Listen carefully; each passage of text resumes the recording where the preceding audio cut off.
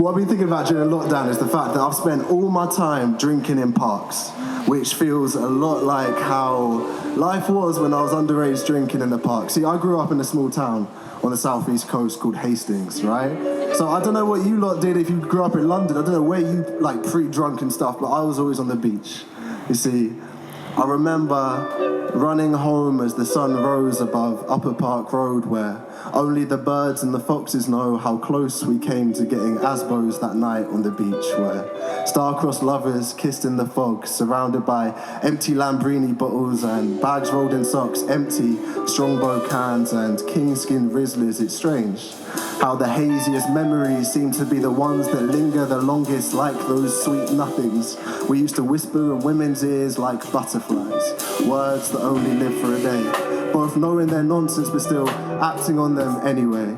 I remember standing there in my Just Do It bag and my hacky sack, after sharing blowbacks from cheap cigarette packs while sinking back to black and thinking back to those summer nights on the coast where we lit fires on the pebbles as if we were welcoming home soldiers that we never knew.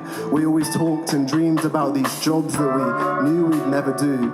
We always wondered what kids in the city did on nights like these, where you can leave home with £1 and still come home with 99p because it only costs a penny for these thoughts, a penny for these memories, where it was quiet enough to hear a dime drop into the sea, even above the sound of white horses crashing into the beach purely for our entertainment. Years before these 9 to 5 weeks where the scariest thought was getting home to those sheets, knowing we had no intention of ever going to sleep because no dream could ever compare to nights like these. Nights like these by the sea. Nights like these down in TN3. I grew up in a small town by the sea, watching dog walkers throwing sticks, and a small place where the last significant house was 0800 00 1066, a quiet place where not much has been happening since, other than schools getting shut down or young kids getting nicked.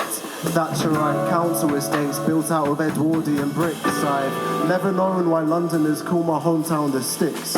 Maybe it's because these council towers look like redwood trees if you take just a glance, growing branches among the broken homes and the broken glass, but I like to call this jungle my home.